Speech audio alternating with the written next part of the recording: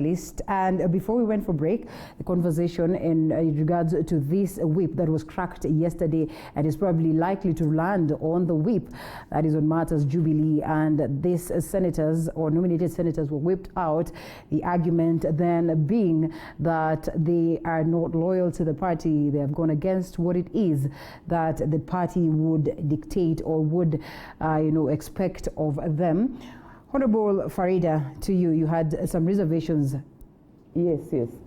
Linda, one thing that the nominated women need to know, I'm seeing quite a number there, is that first of all, you were nominated to represent a specific category of people. Yes. There are people behind you who look up to you as their leader. And then secondly, the party that nominated you has a manifesto. Do we all understand what that manifesto is all about? And then of course, align the interests that we are championing back home, wherever we are leading, align those interests to the party manifesto. And so, the reason why I thought I should also give my voice there is because even right now, what we are seeing, we are not feeling what the nominated leaders represent. Okay. Yes. Kidogo, they've gone off track, because if I was nominated, for example, to represent the interests of women, I should be talking about women and women issues consistently. Now, here is a case where we are seeing women are busy talking about other things that are not aligned to why they were nominated. And so, for me, I wish to remind all of us, because I was a beneficiary of affirmative action, yes, and me personally, I stuck to my issues. I was very vocal. To the party interests? Interests, you align the party interest. I told you. You must understand the manifesto of your party. You must understand what the manifesto says, and then of course align those interests there. Okay?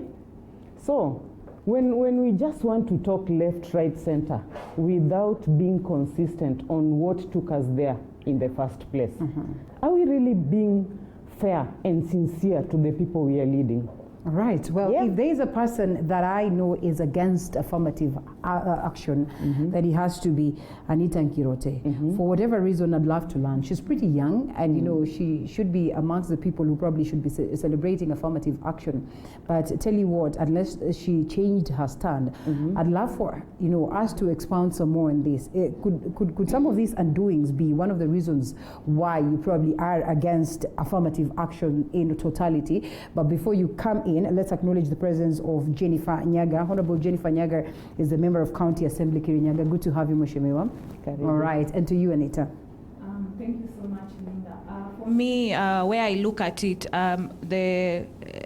the members we are looking at currently, it was a long time coming. Number two, this did not happen to the likes of Millicent Omanga, Isaac Mwaura, because they are youth or they are women. It's because they have been on an offensive. They've been out here going against the stand of the party, or one wing stand of the party, and knew that there would be consequences. So, nominated member of parliament, just hold it right there.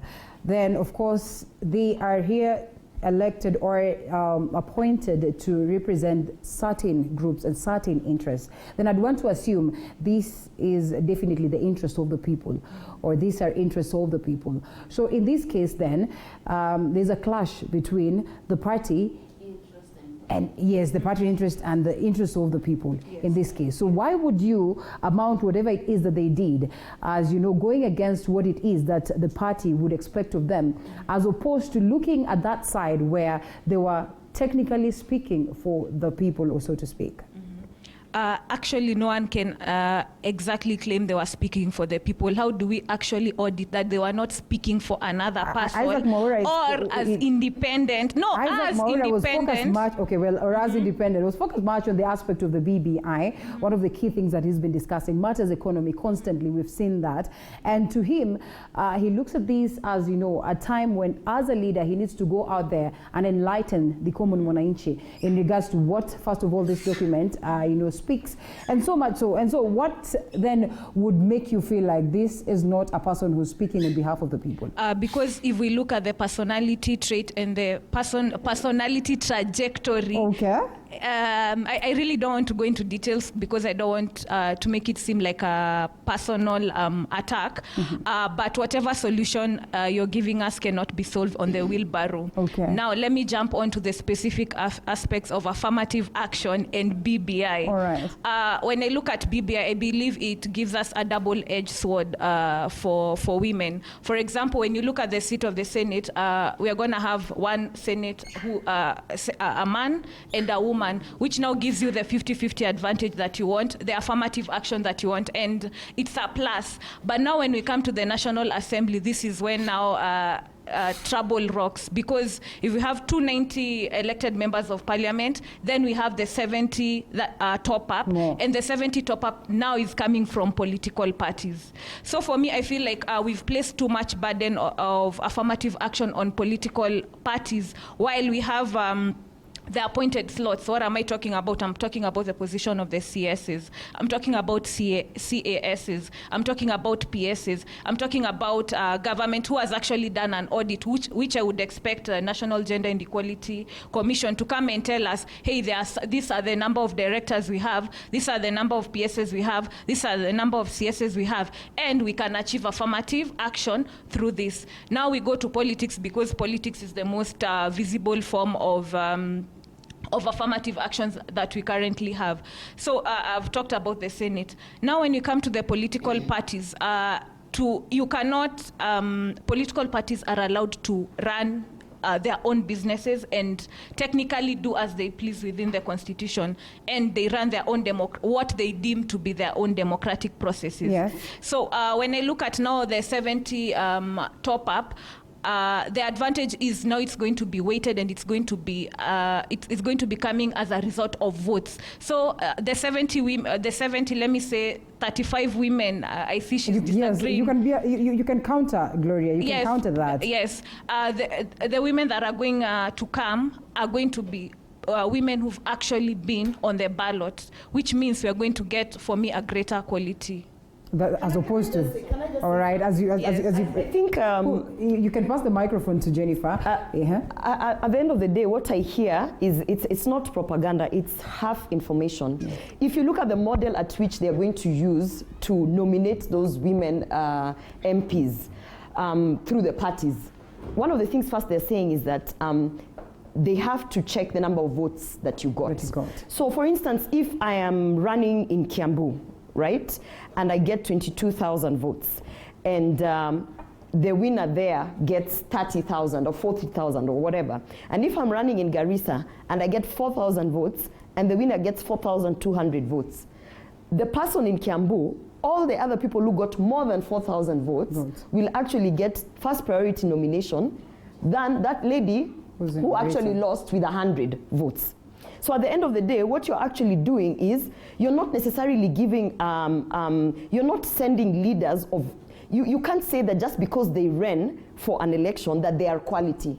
You can't say that just because they ran that they have the interests of women or the special interest groups, to say that, because Alipata 20,000 votes, they were running for MCA, so you definitely, they are going to represent the women or the people with disability or whatever. Right. So at the end of the day, you're already marginalizing areas or women who have already been marginalized, because it's the same kind of ideology of the one shilling, the one that ODM was pushing when we were doing the CRA, which means that the people who are in places where they have less population are already going to be considered as if they are not Kenyans. And then the issue that I've had her speak about in terms of Isaac Mwaura. Isaac Mwaura, when the Building Bridges initiative was fronted, rallied the people with disability, and he sat them down took them through the whole thing. They had deliberate discussions around, how is this going to benefit or how is this going to take away from the people with disability.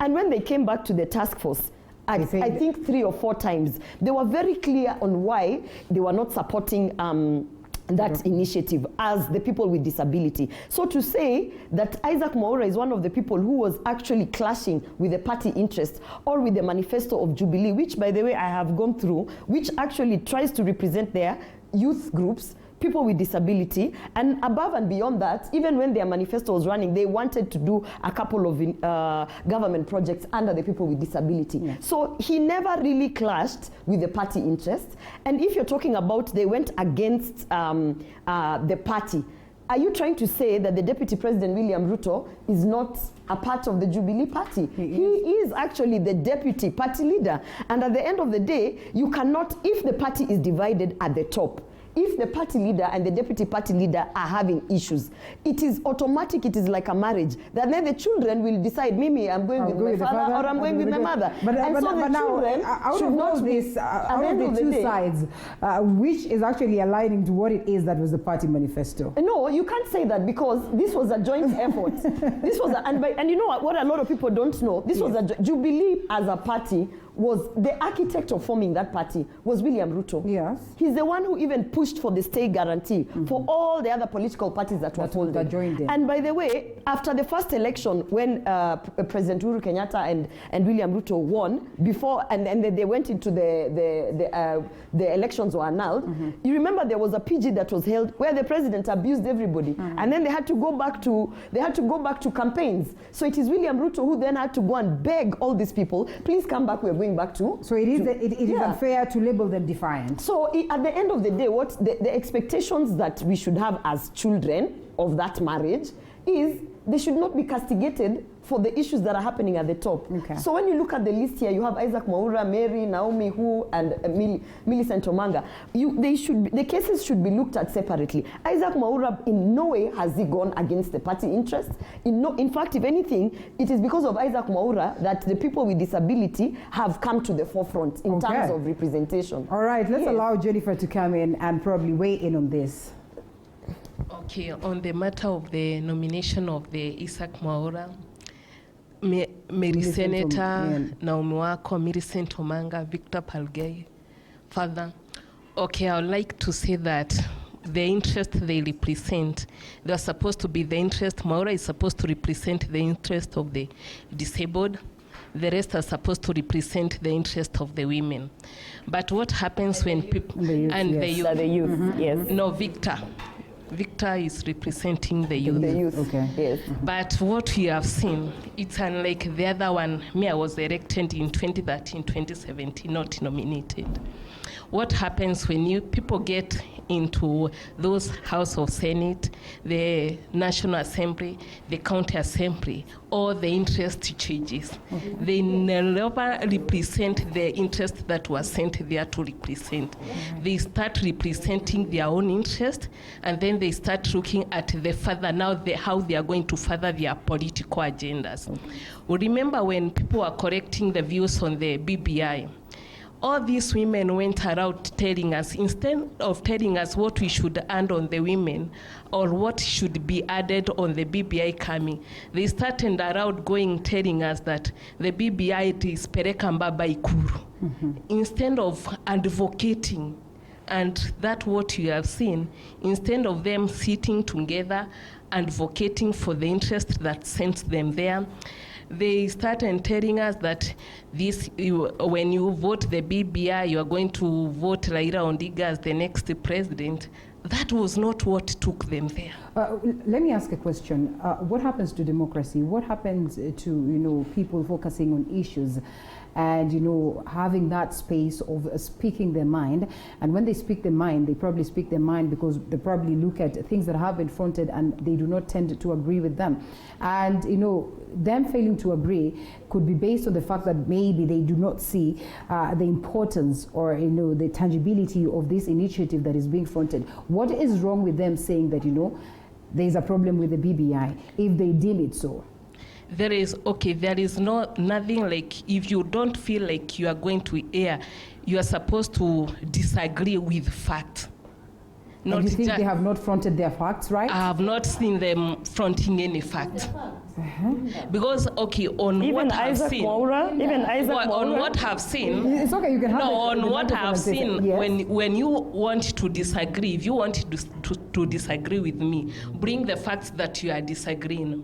That the fact they are going to deal with women. The only thing that I agree on with BBI about the women, they are giving us a good criteria of how you are going to be nominated.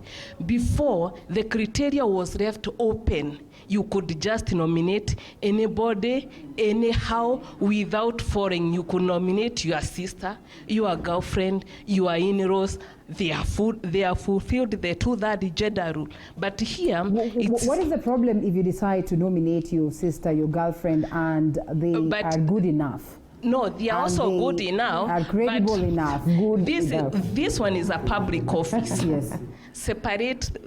You should separate the public office. There is what the public want.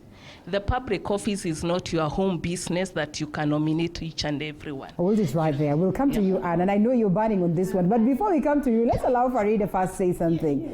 I want to, first of all, bring us back on track.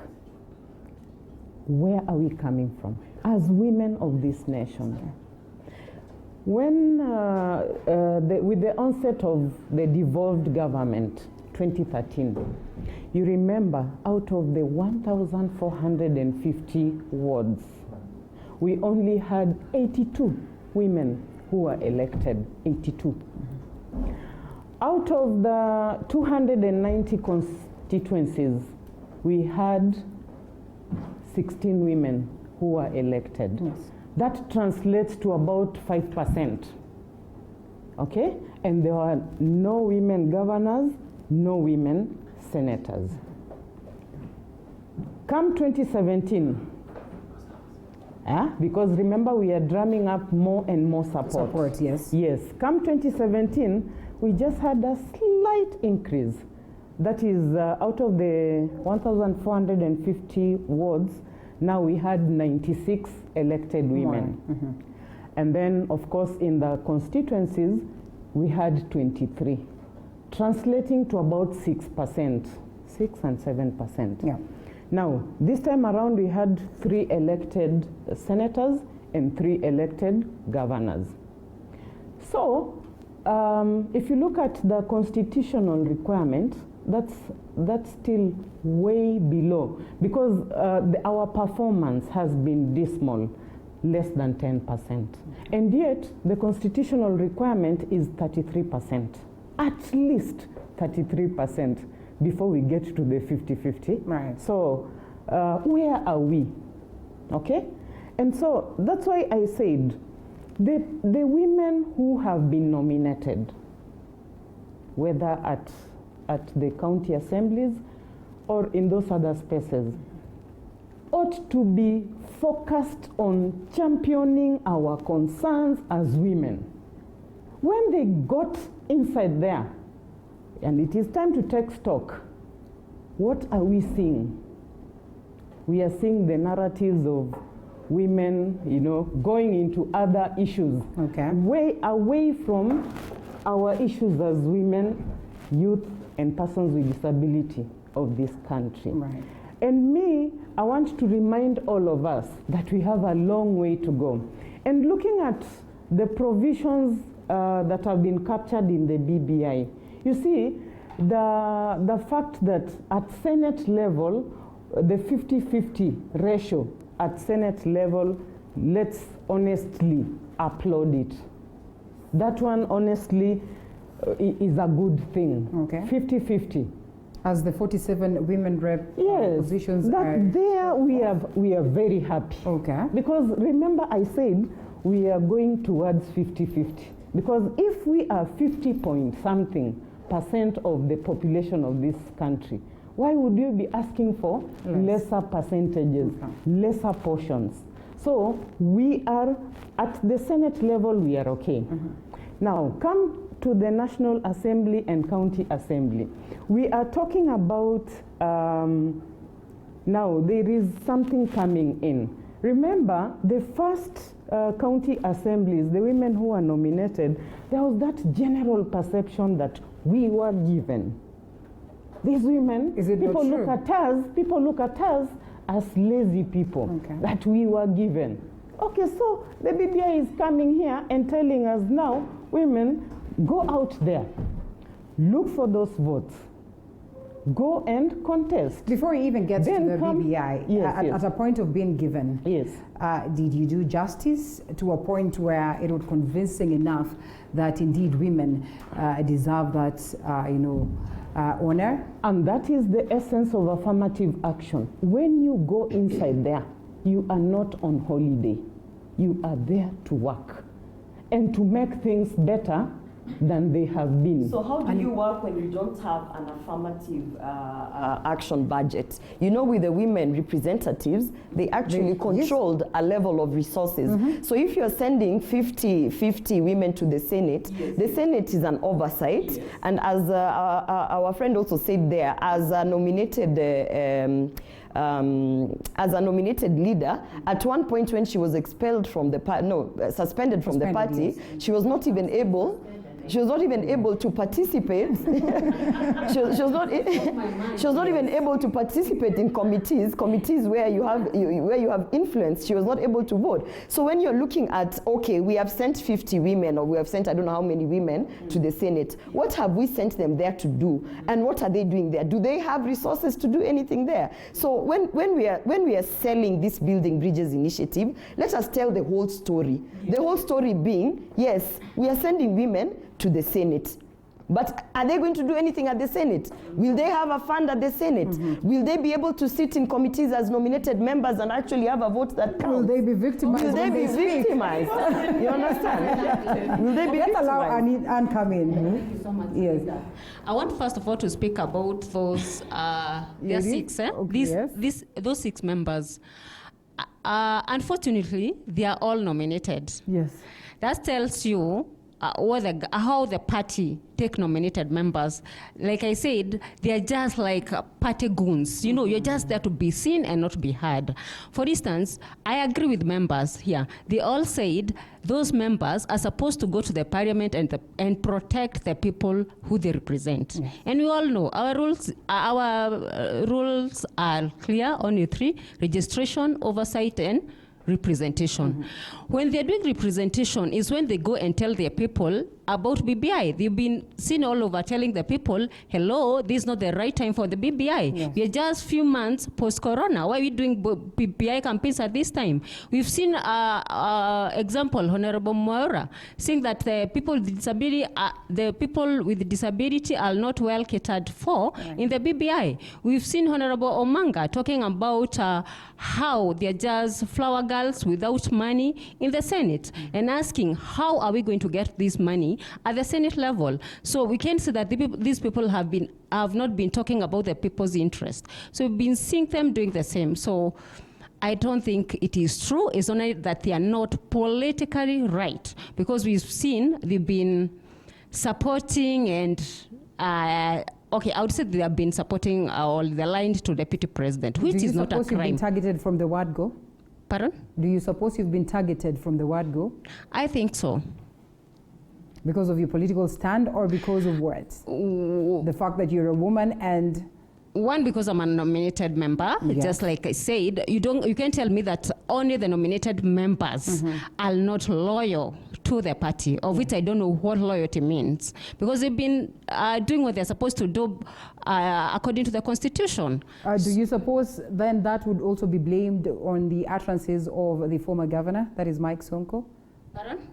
Do you suppose that would be blamed on the utterances of the former governor, that is Mike Sonko? I don't think so. It has got nothing to do with the former governor, no. All right. Yes. Has it have anything to do with your appointment? I don't think so.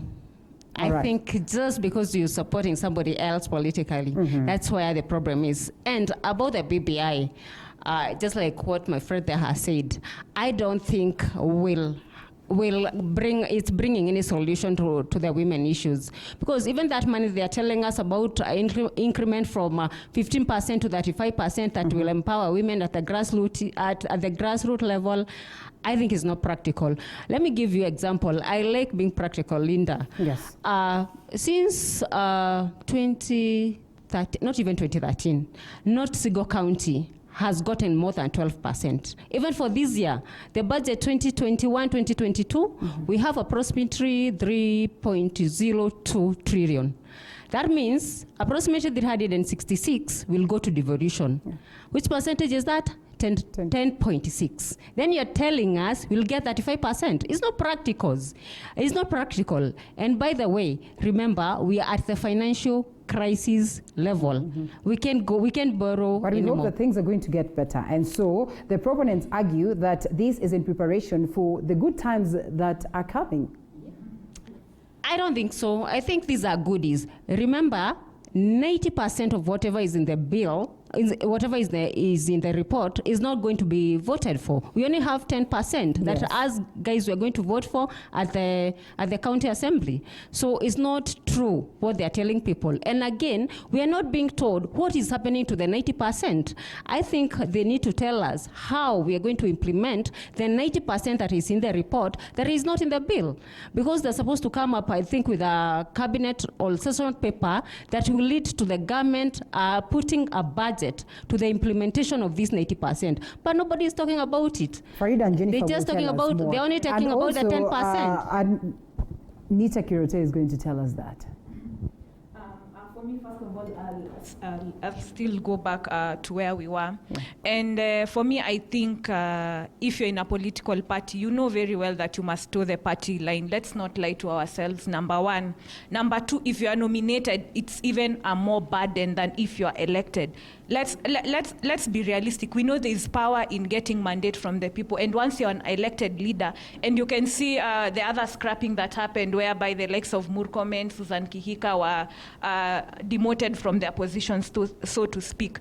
At least for them, what could be done is, if you're in a party leadership position, you're removed and in the disciplinary committee. But if you are nominated, you do not have the same privileges, and that's a fact. So that's one thing young women leaders, special interest group representative must be aware. Number one, were you nominated because you're a youth or you present a persons with disability, or were you in the first place nominated because you belong to a political party? Okay. Let's get this right. Number one, you belong to a particular political party. Two, so that you're nominated. Three, so that you represent your special interest group. Okay. So while you're in that position, I think it's up to you to look keenly at what you're supposed to do. And the other issue, I'll talk about Sagana 3 declaration in specific issues to BBI and the women. And those who are there, I believe you're there. Those who are there, the president said this, yeah? Prior to that, Maraga had issued a statement asking the president to dissolve parliament. The problem I'm having today, and I would like, as I get out of this panel, Niseme, today, I've learned one or two things. What the president said, you want me to dissolve parliament because of we have not reached the threshold. Then we go back to an election. What assurity do you give me that if today parliament is dissolved and we go back to the people and they vote that we are going to get that threshold? So we can sit here and criticize the BBI and say that at least the Senate is working in the National Assembly. Then we'll have the 70 top up that will be women and maybe youths and persons with disability. But what other formula is Gloria giving us today? Because you cannot criticize for the sake of criticizing. If we must sit down and talk as a people and decide what is the formula. And have you brought those issues? You cannot be saying, this cup is bad, and you're not telling us, I can take you to Gikomba, you buy another cup, you can use a glass, this is white, I can give you black. We need solutions. So my problem is you cannot simply criticize while you're not giving us a solution to how we will achieve the 2/3, especially in parliament. All right. Ida, I want to say something. briefly, and before we come to Gloria, because she's been mentioned, yes. About Sagana. Like I said, issues of women is only because we don't have political goodwill. And let me give you an example. The position of CAS, do you know it's not even constitutional? It is not. It is not in our constitution. But just because there was political goodwill, those positions are there now. And I'm saying this bill has gone to Parliament 5 times. 1, 2, 3, 4, 5 times. Do you want to tell me if there was political goodwill, there could not be that implementation done? Number 2, I want to say that not that these people is like they don't take women so seriously. They want us to be lied to, that they are we take ourselves seriously? Very.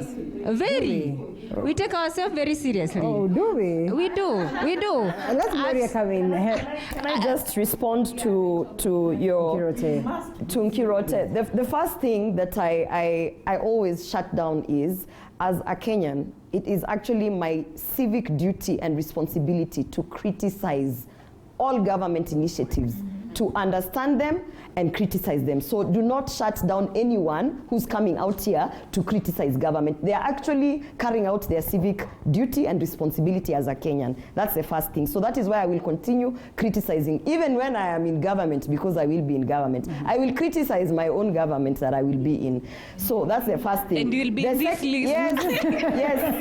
Yes, I will be in there and I will criticize it so that we can be able to change it. The second thing is, we are not just trying to reach the 2/3 gender rule.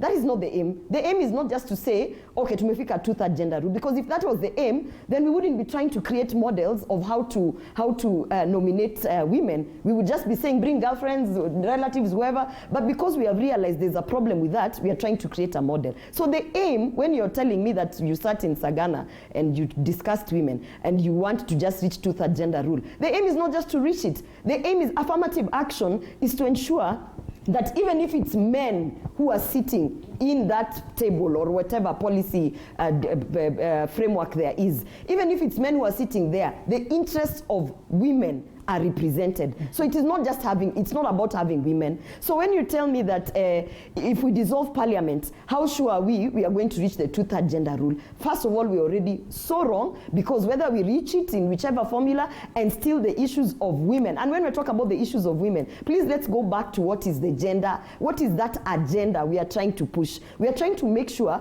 that we are having low mortality rates in terms of birth and things like that. We are trying to make sure that the girl child is going to school. We are trying to make sure, there are so many things that we are looking at in there. So if the men are unable to do it because they do not understand, that is why we are pushing to have women. So at the end of the day, don't tell me how, don't ask me to give you a formula to get you 150 women, because even the formula that is being fronted at the BBI is saying that at the point where we do not reach that 2/3 gender rule, we then go and nominate women, which means at one point we might have 640 MPs, because we are trying to address issues on mortality rate, because we are trying to address issues on the girl child going to school. Really? At the end of the day, what we need to do is come back to the drawing board.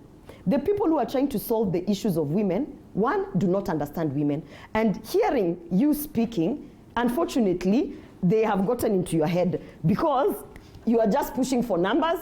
You're not understanding what those numbers are supposed to do in Senate. If I'm in Senate and I don't have an affirmative fund to be able to actionize the things that I'm supposed to push on the ground, then it doesn't matter if we are 300 of us in Senate, because the result will be the end as having just men in the Senate. But when I look, let's allow Jennifer come in. For a minute, and by the way, the right formula of that I would suggest, the formula that I would suggest is, let us push that our political parties are forced to ensure that they front strong women to run for those elective seats, not to front women.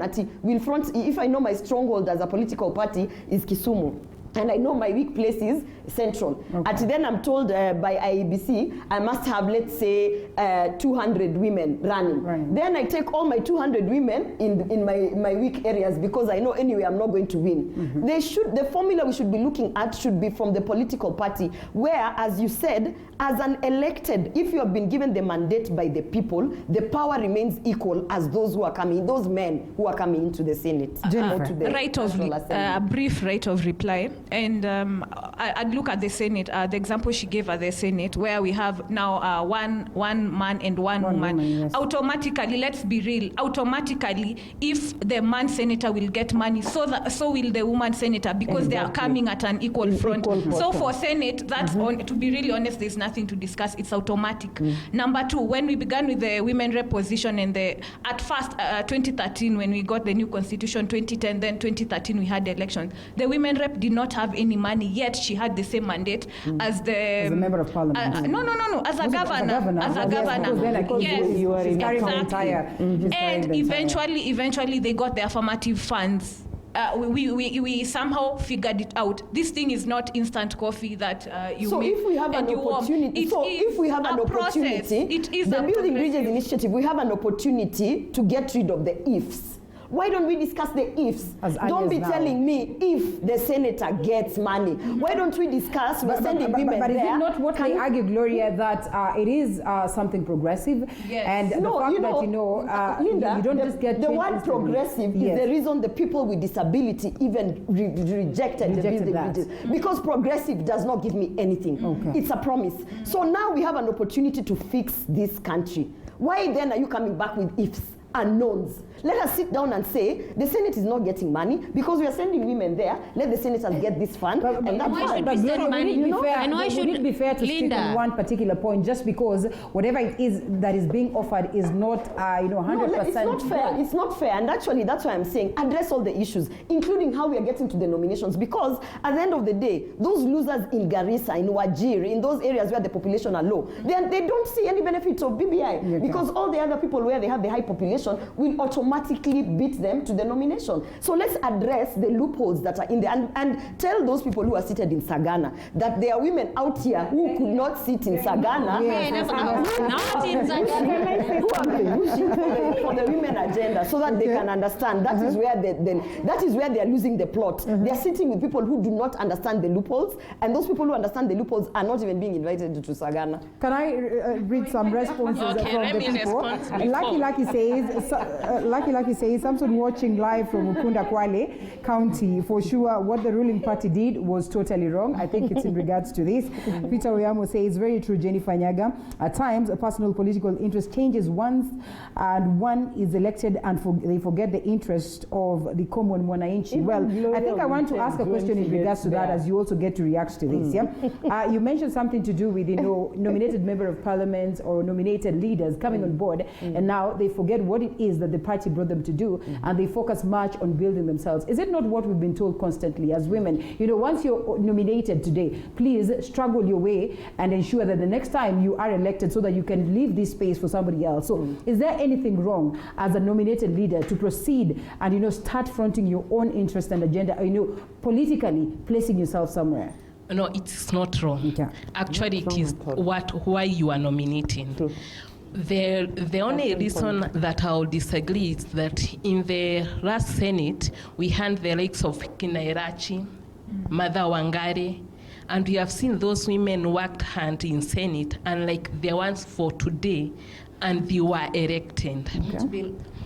And then when we say that the nominated senators, the nominated MPs, the nominated members of the county assembly do not have money, we can go back to a person who was nominated and made so many changes in this country. Remember, Jo Kindongo was nominated in 2003 to 2007. She's the one, when you talk about nomination, the sexual offensive bill, she did that without having the money. It does not mean that you must have the money for you to make change. Civic education. You go to church, you educate those people on their rights. their bills of right, the need for girl child education, the need for why women should go to hospital when they are sick to reduce the mortality rate. You don't need money. And the affirmative action that we see, that we are saying it is increases the women's chances of knowing. What I've seen with these women rep, the affirmative action, the money they have been given, they just go and give them to the women groups. When they give them to the women groups to grow them economically. When you grow them economically, have you thought has the mortality rate reduced? Okay. Has the girl child who was not going to school gone to school? Mm-hmm. So the only kind of the bills that we would like to see in the Senate, in the National Assembly, also in the County Assembly, women are facing a lot of challenges there. And when you go around, actually, if you're in the machinani, when you go around, most of people even question the seat of the women rep. They question even the seat of the Senate. But you have to tell them. What informs this questioning? Because, well, with the knowledge that we have, we understand that they indeed hold a huge role for that matter. That you equate to what it is that the governor does. But in this case then, for the longest of time, this seat has been looked at as almost a useless seat. Yeah, it is being looked at a useless seat. You know, we duplicate the roles. The women rep, it is an affirmative action seat. What specifically roles are you coming to improve? Mm-hmm. There is the youth. You are going to represent the youth, you are going to represent the women. But when you just come and give the money to the women group, are you improving their livelihoods? Okay. No, you are not. You are improving their livelihoods, but have you educated them? If you just come and give me money, Linda, we can sit here and say that 47 women robbed. Let's allow for Rita to come in. I'm not saying they are useless. I'm saying if you come, you give me money for the merry-go-round. Right. You have not been able to improve it. You need to educate this person on what you are going to do. The product they are going to make, you need to at least help them get the market of those finished products. Right. So that money should be in a way that it is arranged that it's going to help them, not only that you are giving them, you are giving them the accommodation grant, so it is at the prerogative of the group to use that money how they want it. But at the end of the day, is there any benefit that we can say from the first time we had these women getting that money, what steps have we made from the 2013 to 2017, and what can we do with more money? In the event that we're given more. Just a minute. Let's allow Farida to come in. Just a minute. All right. Less than a minute. Okay, because I think it's wrong to sit here and say 47 women rep in our country are not doing work. I think they are doing a wonderful work. With Sabina Chege, and indeed they are doing something. Sabina, Pasaris, Purity Girish from Kirinyaga. Rahab, but everybody. The context she's saying is about sustainability. And it's not only, it's the same issue we have with the Wezo Fund and Youth Fund. Yes. When you give money out and you are not able to track the impact, and you're not able, those people, they start businesses and in 3 months the business is shut down. So the fund cannot even revolve because the repayment is not sustainable. So at the end of the day, I think what she's trying to say is... That fund is a grant. Yes. You can say that alone. Completely, you can say there is no impact. So it does not revolve. It's I was talking about Wezo Fund and Youth Fund. Those are supposed to be revolving fund to help all other youth from different regions. The reason it's struggling is because you can't just be dishing out money to people. You must improve their capacity. Yes. You must train them on business skills. You must hold their hands on an acceleration program so that you ensure that the businesses don't shut down. Do not focus on that, because if you do, then honestly, start talking about the wheelbarrow. Even with the little grant, I would like for us to talk about even with GAV, they're doing a lot of work. Can you talk about the wheelbarrow? We've seen women I'm also looking at it. Why? Quick food for thought. Why don't we subject the CDF to the same scrutiny that we subject the affirmative fund? Absolutely. Money, all right. Yes. Okay, what I'm saying, even the little grant that we usually have, we've seen the impact. We can feel it, you know. The small things they do machinani, like some of the women even buy tents, they hire, you know, the small things. And honestly, they've really improved economically. So I would say courtesy of this position. Women reps are doing so well, especially with Gotv. Nairobi, they have been labeled as flower girls. They're really trying. No. And we have to go back to the drawing board and ask ourselves, why is this labeling here? In as much as we acknowledge that much has been done, such conversations have to be in there. I know if we have to talk of a scenario where we are scrapping off that position, then it is a clear indication that there's something that is amiss, that probably it is not achieving what it is that we envisioned for it to achieve. And so, in as much as we celebrate and say that much has been done, do you suppose there's some level of sustainability in what it is that has been done? Yes. Farida. Linda, I want to say this. Affirmative action is given to us. Right now, it is going to the women because of the serious underrepresentation element. Okay. But I believe at some point, when the women will be properly represented, then it will shift to the men. And so we are saying, while we are there as women, can we move away from presence to influence? Let's not just be there by numbers. Let's influence. In those spaces, let's influence the policies, the laws, everything that touches on our lives as women. Right. And it is also wrong to peg our work on money. Because I know of women out there, grassroots women, who are doing so much work in their communities and they don't have money. We could not have money, but we have our voices. Strong voices to advocate for so many issues. Now, when we start focusing on money, then we lose it. Yes. Kwanza tutengeneze sauti yetu. Let's make our voices be that strong. In this time and age, we can be listened to. Let's and then the other thing, by resources. The other thing, but Linda, Senate has been regarded as the upper house. Yes. No funds cannot be ruled out. We are saying resources cannot be ruled out. When women reps came into position, there was no money, and they were working. Right. Maybe the level of coverage could be an issue. Maybe the media are not focused. You know, people look at us as women as a weaker, as a weaker, you know, we are not taken as that important, as a weaker gender. Is this what informs the excitement that is there with the introduction of these Senate seats that have been created? And you know, the Senate seats, for me, first of all, I congratulated that because we are there 50-50. Okay. And remember, the Senate has a role to protect the interests of the counties. But these women are coming from the counties. Are we together? Yes. They are coming from the counties. Right from the women rep position, where were they working? Within the counties.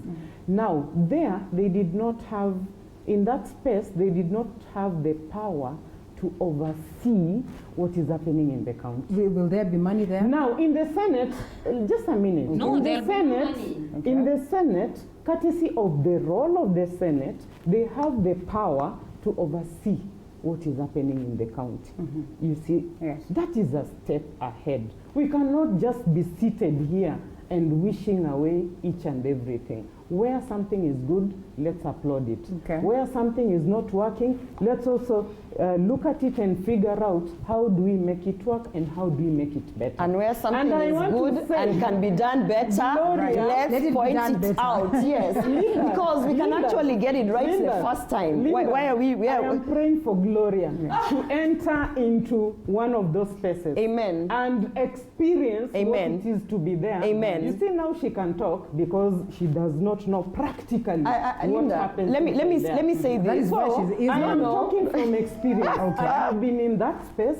I know what can work. Why ordinary women when there is no money? Allow me. is talking out of experience, allow me to agree with Gloria. Allow me to say something. We always tell people who are always looking down and saying to others, it cannot be done. Leave us alone when we are doing it. Leave us alone. Okay. You can't be telling people it can't be done, dead on arrival. Sisi tunaifanya, sisi tuache. Leave us alone. Just because we've not been in elective or appointive seats does not mean that we've not been in similar situations where we have. By the way, I was the country coordinator of Global Youth Parliament. Yes. And I know what it means to be able to push for party interests and agenda, and I know where the conflict is. But at the end of the day, the only reason that I feel that women are always looked at as the weaker kind of gender is because we also position ourselves that way. You know, when you have a national platform like this one to come and sit and sensitize women, and then you're telling women, furahini tu hizo mmepewa kwanza, alafu msitishe pesa, ati ngojeni kidogo, tukienda huko mbele. She speaks out of experience. You say, at the end of the day, this it is. My policy is, it is. You must want more in life. Linda, if you come to me today and you tell me I want to give you a job, here is 1 million for the job per month, I will ask for 2 million. Yes. Because if you get 1 million, I'm pretty sure you're shutting me down 500,000. And men do this every single time.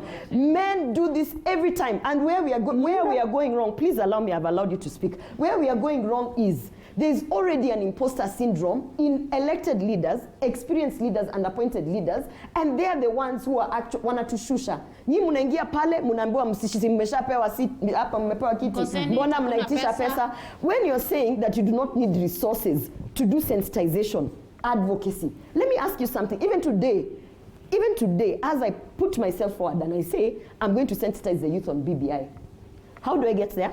How do I convene them? The place I'm convening them, where is that? When they come and sit there for hours and hours, watakunywa maji, those are resources. Okay. We need resources to be able to push affirmative action. So it is actually a fallacy to say there are many women uko chini kwa slums, and they are doing so much without resources. Yes, possibly so, but that does not mean we should make it the norm. So now your work, when you're nominated, elected, or otherwise, to go in there and say, why have we been subjecting our women, our youth, to do this work without resources, and yet the purpose of government is actually to provide resources and empower communities so that they can be able to, elevate their livelihoods. So I stand by my word, and you can watch me. I told you I'll be in government. I stand by my word, and I'm telling you, there's no place in time where you will see Gloria Oroba sitting in a group of women or wherever saying, guys, tushuke chini kwanza. No. We have to go up. No one is going to give you anything. All right. You have to fight for it. Okay. Yeah. Before you pass the chance to Anita, I'm reminding all of us, we are coming from somewhere, from zero representation of women in the Senate, in the first Senate of the devolved government, from zero. To 16. To 3. No. Okay, those were the ones who were elected. Yes. We had nominated. Yes. I'm talking about the elective seats, because we must understand why we are fighting, we are pushing on the implementation of affirmative action. So we are coming from 0 elected women to 3. And now we are moving to 50-50. Surely. Can't we appreciate 50-50 that is given to Linda? No, it's a win, but that we are told, don't celebrate. Don't celebrate too much. Yes. We are happy. Now let's move to 70 we to 30. We are gearing to take that space. We are gearing up to take that space. We are not celebrating. All right. We are gearing to take up that space and work within that framework. Linda, on the issue of resources, I'll start with even nominated and elected, whether a man or a woman. Number one, there must be a difference between an elected and a nominated member of parliament, MCA, or whatever the case. And they know, and those seated here know there is a difference. And why? So that you understand the mandate of the people, so that you know what it means to go and get one vote. And in previous interview, you'll hear an elected member of parliament tell even appointed Jubilee officials, you see, this what is happening today cannot happen to an elected official, cannot happen, because they will ask you are seated there on the panel, do you represent even one voter? Did you go and ask for votes? There must be a difference. So on issue of resource allocation, nomination, tungangane tu sana alafu turudi, to campaign, tushinde viti. Number one, Number two, no, it's a fact of life. There is power in having But numbers. Yes. No. Linda. That is absolutely Number two, Right, on the support issue of what men Senate, are on the doing. issue of Senate, and I think that's why Gloria didn't want the issues of ifs, etc. The same time the women rep were pushing to have affirmative action is the same time senators said, hey, we want to also go to the counties and supervise this project in our roles. And what happened? They did not get individual funds, but they were told, like, you can have the various committees. If you have queries, etc., you can go. And you remember the first meeting was in Eldoret. For me, I think there is the beauty in preserving Senate as maybe I have special interest because I'm vying in the Rakanidi, but there is a beauty in having the Senate as an upper house untainted by what is going on. And that's why the quality of debate, even in the National Assembly, if you look at the Hansard, the National Assembly and the Senate are heaven and earth. Heaven and earth. So for me, I have that special interest in Senate. I'm not saying senators should not be given progressive money, but I'm saying by the time you're also vying for a particular seat, look at it and ask yourself, why? If you want 100 million to control and to do 1 or 2 projects, go for an MP. If you want to come and represent the issue of devolution, go for Senate. But here I'm speaking as an individual and as someone who has special interest in the seat. Linda, Which one are you going for, Gloria? Which one are you going for? I'm vying for Member of Parliament. Member of Parliament. Oh, that's right. No, let me tell you. No, why? Because I have come from a background where I have seen what resources can do in the communities. So I have. The oversight role is actually a good role, but it's an oversight. Once people mess up, I'm here to say they've messed up. Yes. So I want to make change. In order to make change, I need resources. Okay, and so that's why I'm vying for Member of Parliament. All right, we take a short break and then we come back to One size fits all.